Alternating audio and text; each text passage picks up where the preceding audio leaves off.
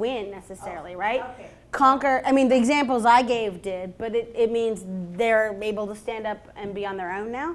That could be learning to grow. And that actually would fall under man versus himself. Or coming of age. Coming of age.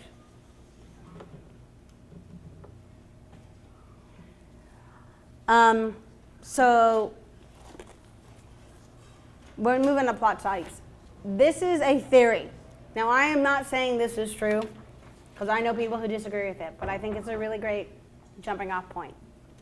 That there are only 7 basic plot points. Now, plot stories, right? We all know this isn't true, but when you look at the 7 that are listed, or there's 6 there, but there actually are 7, you can kind of see what we're talking about, right? The idea of like overcoming the monster. That can be literal or figurative, right? The monster inside, the actual beast coming at you. Rags to riches, someone coming into wealth, and it can be riches to rags. It can go either way, right? Learning, and riches doesn't mean money. It also means power, right? Coming into power, losing power, dealing with that. The quest. So the classic example of the quest is like Lord of the Rings, right? Mm-hmm. You have to get rid of that. And like, dude, it's like over 6 movies, it feels like. But, you know, like that, and when you're on the quest, what you come across, what you have to face. Voyage and return usually kind of implies only to fantasy in a way, but it's you go off and what you see and how you come back, right? It actually can also apply to a war movie when you think about it. Someone goes, they face war, they come back, how they change. Comedy. Everyone knows what comedy is, right? Tragedy, which would just be, you'd call it a drama. I just like the Greek word for it better, I guess. And rebirth. Rebirth is a character, something happens to a character that makes them change, grow. So these things are all kind of true. But what is interesting is really movies are kind of a mix of these 7 things.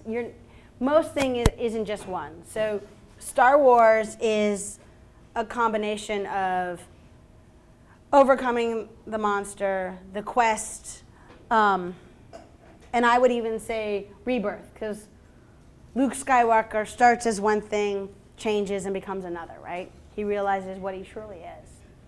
So Lord of the Rings is, you know, the voyage and return and the quest combined together. The trilogy, not the first, like the trilogy is that. Any questions in any of this? Excuse me, Leah. Are those the 7 types that we've seen for years and years and years? Did you? Yeah. Yeah, those are the 7 types we've seen for years and years and years. I mean, and combining them makes a lot of sense, right? Combining them is usually actually what makes the movies that we think of, those memorable ones, they are combinations of those. They're not one of those straightforward. I mean, yeah, I mean, they're usually combinations of things. I can say, I was thinking of Frozen River for the voyage and return in a kind of an odd way, because she goes to the Mohawk reservation, she crosses the river, comes back, and it's also rags to riches. And it's also tragedy. Yeah, and it's rebirth. Yeah, yes. Right? So it's a bunch of things. I mean, one is the driving. Like in anything, like even in a theme. There's one plot that's driving, but there's another that's through it. Exactly. And certain genres fall into certain plots in a way, right? You're never, unless you're Mel Brooks, you're really not going to have a Western that's a comedy, right? I mean, that's actually the only Western comedy I can think of. So, what? It's not a comedy though. It wouldn't. It's got humorous moments in it, but it wouldn't be considered a comedy. Well, Big Man's Western comedy, says Capaloo. Yeah, but there's not that many of them when you think about it. Like usually they fall into other things. Black Widow would be the quest and rebirth. Yeah. So moving on to genres. I'm not going to define genre. I think everyone knows what genre is. I bring up genre for a totally different reason. But first, you'll notice I just listed like the basics, and then you get into sub and you start combining them, right? Noir, only genre that was created by critics. true. And it's more about visual than the story itself. Like there's a visual look that caused it. Those of you who are that teach film know what I'm talking about because we all have to study it. And then it tends to confuse some of the students. And then you have to be like, no, seriously, this is one thing created by critics. The rest was not. But I bring up genres for this. When you're writing a script, a story, TV show, whatever, you need to know what your genre is and you need to be clear on it. When we're told, especially as an executive, a producer, a director, an actor, you get handed a script and they say to you, it's a comedy, it's a romantic comedy, and you start reading it and there's nothing funny in it, and then people start dying, and you're like, this isn't a comedy, this is a tragedy, right? Like we need to know, and you have to stick true to that. Not saying that you shouldn't take the elements and turn them on their head and make them fresh and original. But right, if you're writing a Western, we want to see some version of a cowboy.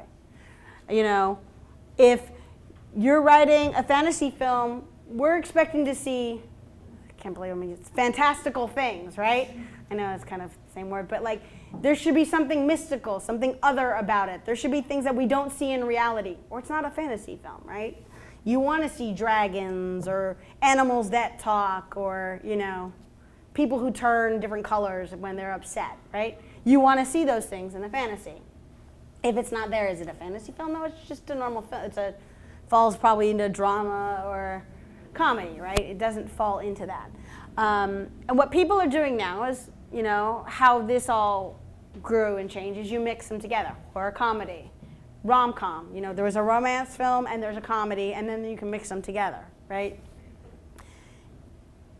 You can take a war film and, you know, make it more noir if you want in a way, right? You can take all these things and mix them together. But what's really, really, really important is that you have the tenets of the genre there, or your audience will not like your film. And that goes from watching it to reading it, right? You need to know what your genre is, and you need to study other films in the genre. This is for two reasons. One, so you know what other people have done. And there's some things that are just conceits. Like they're always going to have them, right? Like there's nothing, no getting around it, right? And then also looking at those and go, how can I make that fresh and original and twist it on its head? It's still there, but I'm showing it to you in a different way. Does that make sense, right? Scream is a great example, and it launched a version of horror that was like, there are true scares in Scream. Like you can't not get around it, but you laugh. I mean, you laugh a lot. But that first scene of that movie establishes, right? You know, as when we saw the trailer, we all thought Drew Barrymore was going to be more in the movie, right? She's not. Spoiler, sorry if you haven't seen it. It's way too old for me to. But right, that first scene is really, really scary, right? And it sets the tone of how the scares are going to be. And then we get into the next day, and you have people commenting and making. It's almost, besides, it's a satire in a way, right? On it.